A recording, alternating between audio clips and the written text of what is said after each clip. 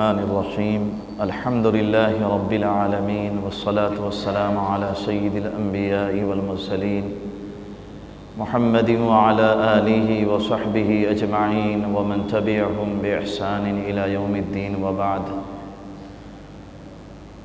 فقد قال الله تبارك وتعالى في كلامه المجيد والفرقان الحميد أعوذ بالله من الشيطان الرجيم بسم الله الرحمن الرحيم واتل عليهم نبأ ابني آدم بالحق وقال النبي صلى الله عليه وسلم من سن في الإسلام سنة حسنة فله أجرها وأجر من عمل بها ولا ينقص من أجورهم شيء ومن سن في الإسلام سنة سيئة فعليه وزرها ووزر من عمل بها ولا ينقص من أوزارهم شيء أو كما قال رسول الله صلی اللہ علیہ وسلم۔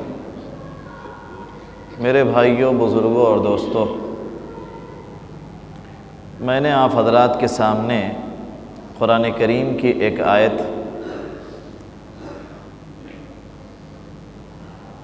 اور ایک حدیث پڑھی ہے۔ ایک مشہور صحابی ہیں حضرت جریر بن ابی عبداللہ البجلی رضی اللہ تعالیٰ عنہ۔ بجیلہ نام کا ایک قبیلہ تھا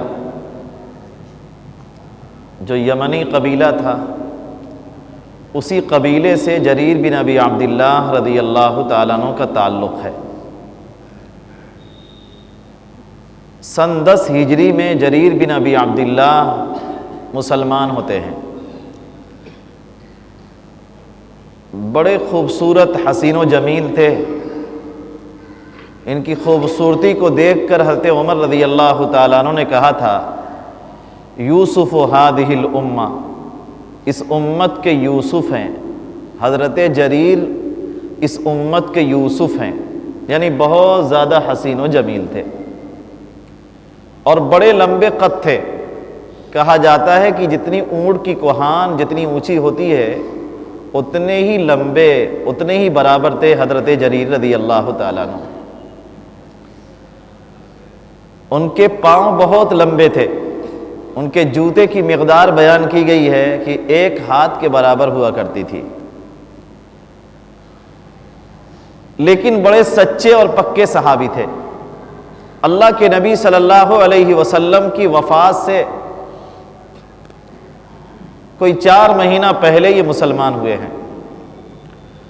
اور نبی کریم صلی اللہ علیہ وسلم نے اس نو مسلم کو ایک بڑی مہم سونپا۔ یمن میں ایک بت کدہ تھا جس کا نام تھا ذی الخلصہ۔ امام بخاری نے اس واقعے کو نقل کیا ہے۔ اللہ کے نبی صلی اللہ علیہ وسلم نے حضرت جریر کو اس کا حکم دیا کہ ذی الخلصہ کے پاس جاؤ اور جا کر اس بت کو منہدم کر دو، گرا دو۔ چنانچہ جریر بن ابی عبداللہ البجلی رضی اللہ تعالیٰ عنہ اس مہم میں کامیاب ہوتے ہیں۔ اپنا ایک واقعہ وہ نقل کرتے ہیں۔ میں نے جو حدیث پڑھی ہے اسی لمبی حدیث کا ایک ٹکڑا ہے۔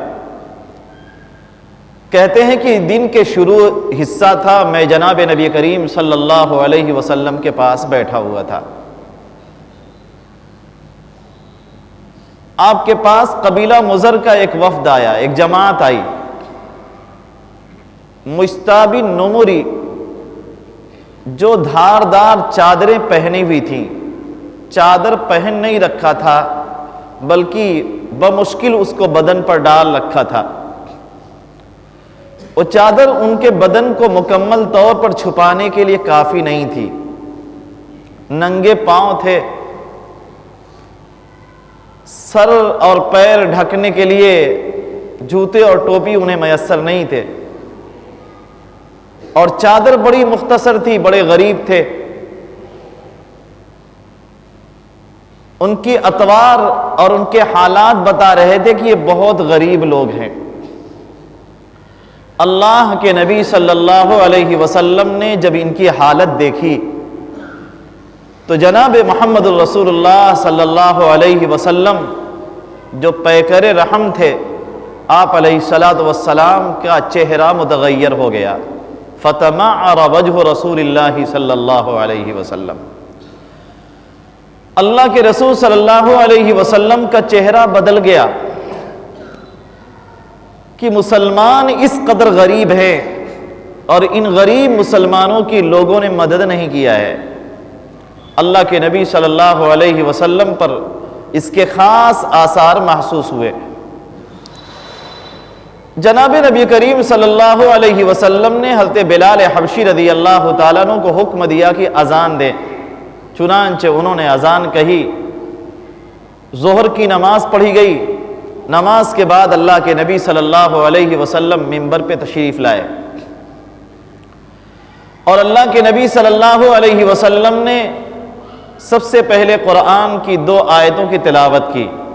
پہلی آیت آپ نے یہ پڑھی، یا ایھا الناس اتقوا ربکم الذی خلقکم من نفس واحدہ وخلق منها زوجها وبث منہما رجالا کثیرا ونساء واتقوا اللہ الذی تساءلون به والارحام ان اللہ کان علیکم رقیبا۔ سورہ نساء کی یہ پہلی آیت ہے۔ اس میں اللہ تبارک و تعالی نے یہ بیان کیا ہے کہ اے لوگو، اپنے پروردگار سے ڈرو جس نے تم کو ایک مرد اور ایک عورت سے پیدا کیا ہے۔ سارے انسان حضرت آدم اور حوا کی اولاد ہیں، اس لیے ہر مسلمان کے اندر انسانیت ہونی چاہیے، انسانی ہمدردی ہونی چاہیے۔ اس آیت کریمہ سے انسانی ہمدردی کا پتہ چلتا ہے۔ اللہ تبارک و تعالی انسانی ہمدردی کی دعوت دیتے ہیں کہ چونکہ تم ایک ماں باپ کی اولاد ہو، آپس میں بھائی بہن ہو اور آپس میں بھائی بھائی ہو، تمہارا آپس کا رشتہ یہ کہتا ہے کہ تمہارے اندر انسانیت کے تئیں ہمدردی ہونی چاہیے۔ اس لیے جو مسلمان آئے ہوئے ہیں، یہ غریب مسلمان، ان کی ہمدردی کرنی چاہیے۔ اور دوسری آیت آپ نے پڑھی، یا ایھا الذین آمنوا اتقوا اللہ ولتنظر نفس ما قدمت لغد، اے لوگو، اے ایمان والو، اللہ تعالیٰ سے ڈرو۔ اور آدمی کو چاہیے کہ اپنے مستقبل کے لیے بھیجے، ہر آدمی دیکھے کہ میں نے آگے آخرت کے لیے کیا بھیجا ہے۔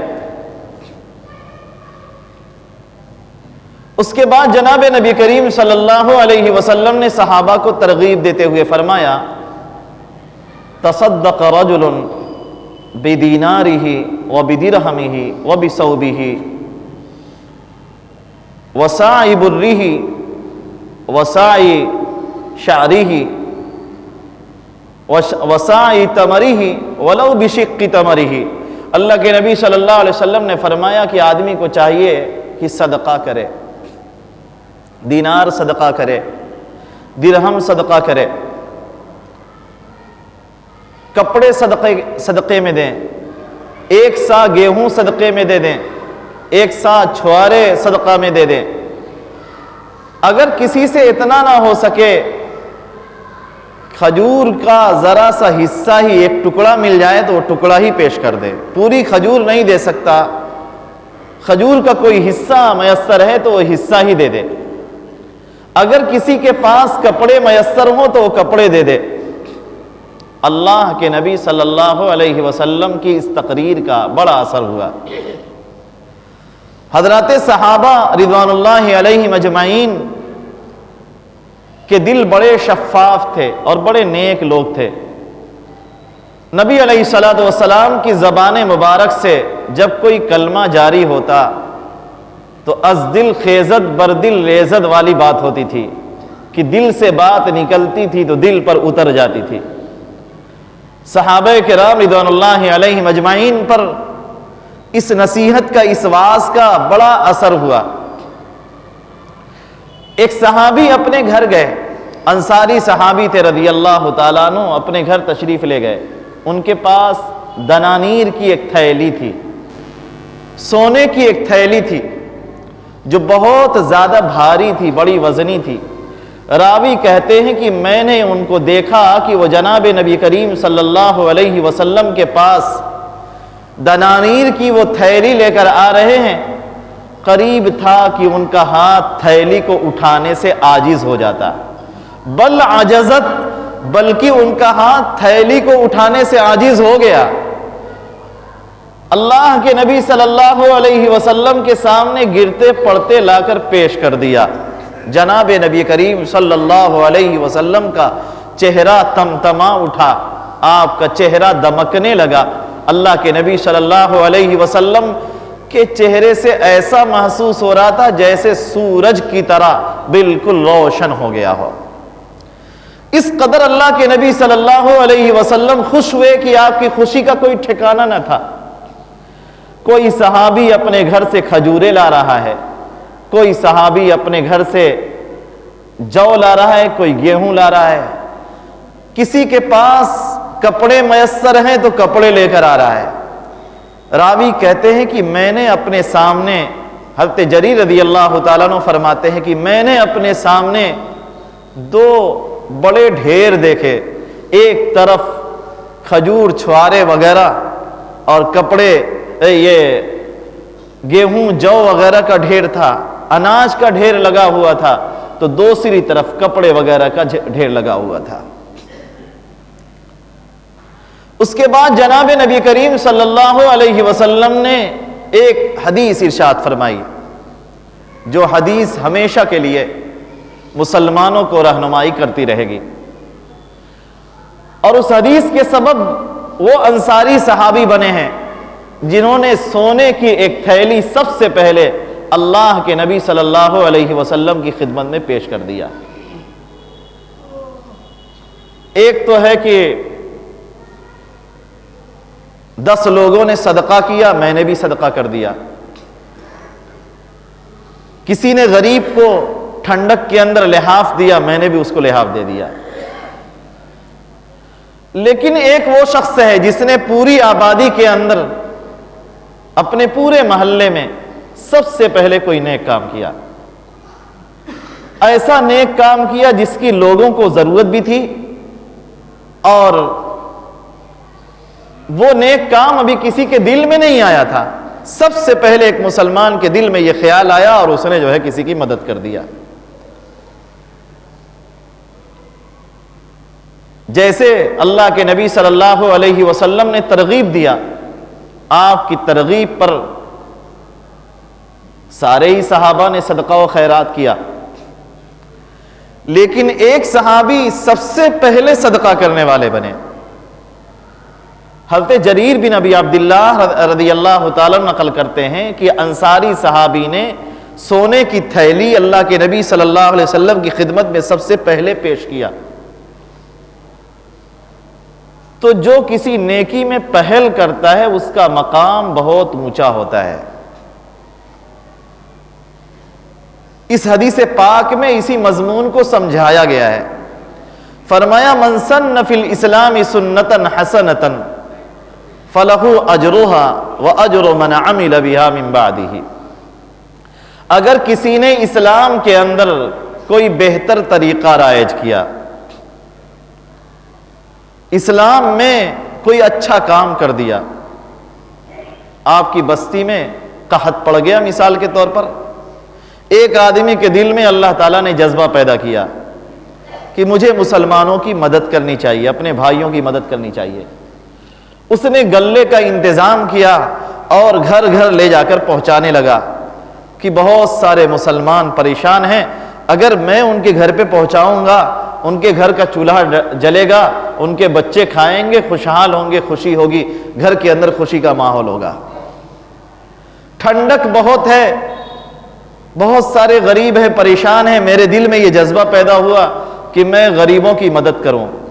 میں نے کچھ لحاف منگائے، کچھ سویٹر منگائے، اور یہ غریبوں میں لے جا کر میں تقسیم کرنے لگا۔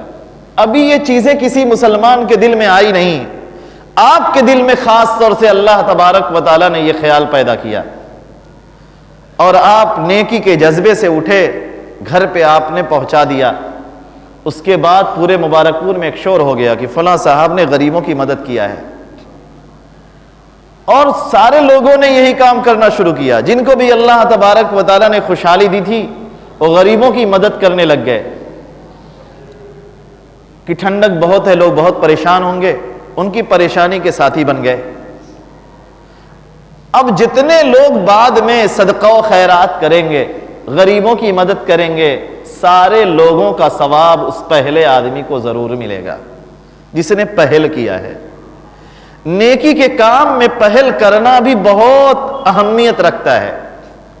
ہم کوئی نیک کام سب سے پہلے کر جائیں، کسی کے خیال میں بھی نہ آئے اور میں وہ نیک کام کر چکا ہوں، یہ جناب نبی کریم صلی اللہ علیہ وسلم ایک مسلمان سے چاہ رہے ہیں.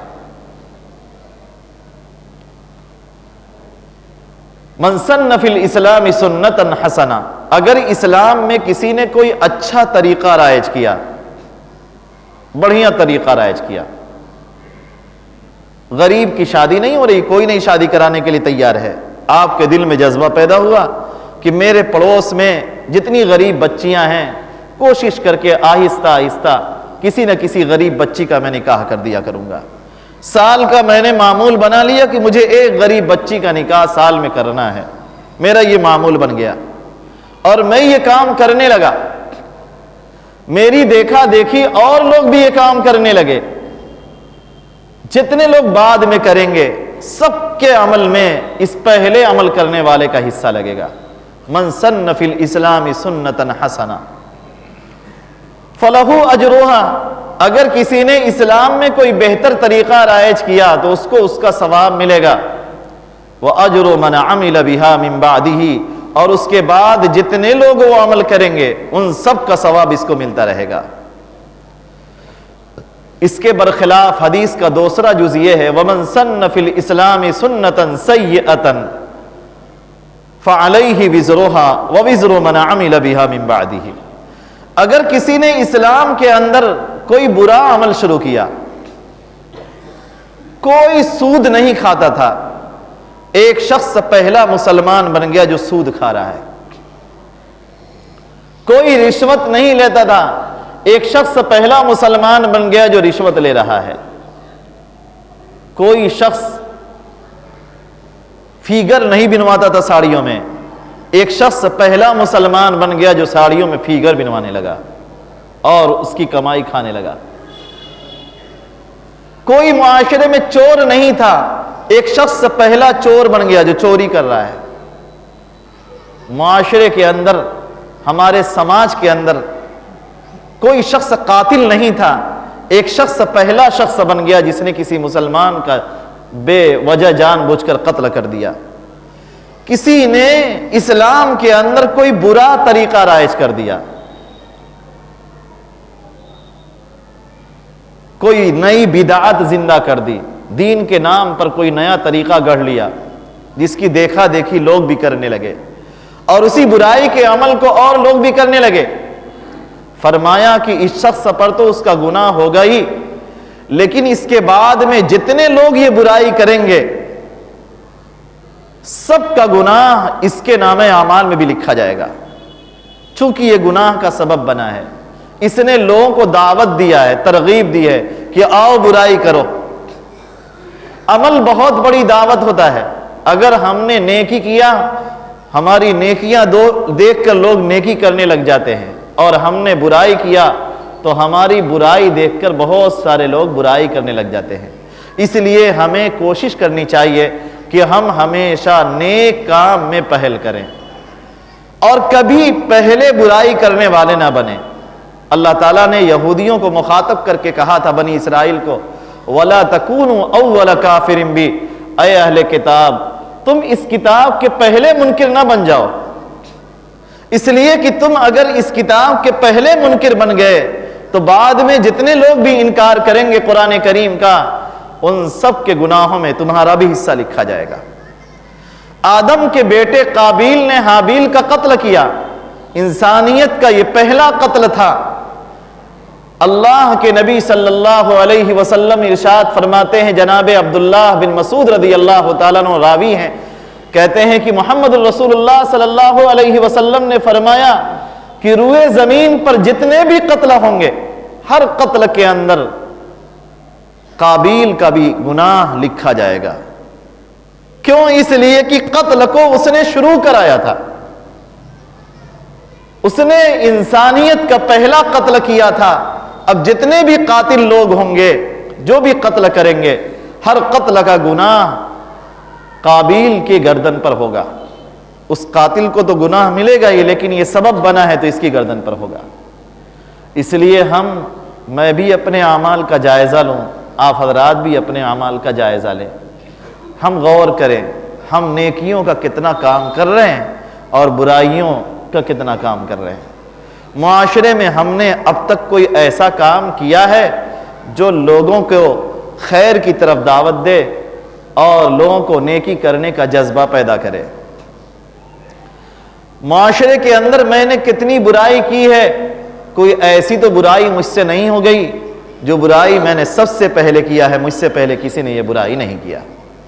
ہر شخص اپنے بارے میں غور کرے، اپنا محاسبہ کرے، اپنا جائزہ لے۔ جریر بن ابی عبداللہ البجلی رضی اللہ تعالیٰ عنہ کی روایت سے، حدیث سے ہمیں یہی سبق ملتا ہے کہ ہمیں اپنے اعمال میں غور کرنا چاہیے اور کوشش کرنی چاہیے کہ ہم پہلے نیکی کرنے والے بن جائیں۔ کوئی موقع آئے تو سب سے پہلی نیکی ہمارے نامہ اعمال میں لکھی جائے، مسجد میں سب سے پہلے پہنچنے والے بن جائیں، ہمارے بعد میں دوسرے لوگ آئیں، صف اول میں سب سے پہلے ہم کھڑے ہو جائیں، ہمارے بعد میں دوسرے لوگ آئیں، اور کوئی خیر کا کام ہے اس خیر کے کام کو ہم سب سے پہلے کرنے والے بن جائیں۔ اگر ہم نے اپنی زندگی میں اس چیز کو داخل کر لیا اور یہ جذبہ ہمارے اندر پیدا ہو گیا تو انشاءاللہ اللہ تبارک و تعالی ہمیں بہت ڈھیر ساری نیکیاں عطا فرمائیں گے۔ اور سچی بات یہ ہے کہ اگر پورے معاشرے کے اندر یہ جذبہ پیدا ہو جائے تو پورا معاشرہ نیکیوں کا خوگر بن جائے گا۔ غریب پریشان حال لوگ پریشان نہیں ہوں گے، کسی کے سامنے ہاتھ پھیلانے کی نوبت بھی نہیں آئے گی، گھر بیٹھے غریبوں کی مدد ہو جائے گی اور ان کی ضرورت پوری ہو جائے گی۔ اللہ تعالیٰ مجھے بھی توفیق عطا فرمائے، آپ حضرات کو بھی توفیق عطا فرمائے۔ وآخر دعوانا ان الحمد للہ رب العالمین۔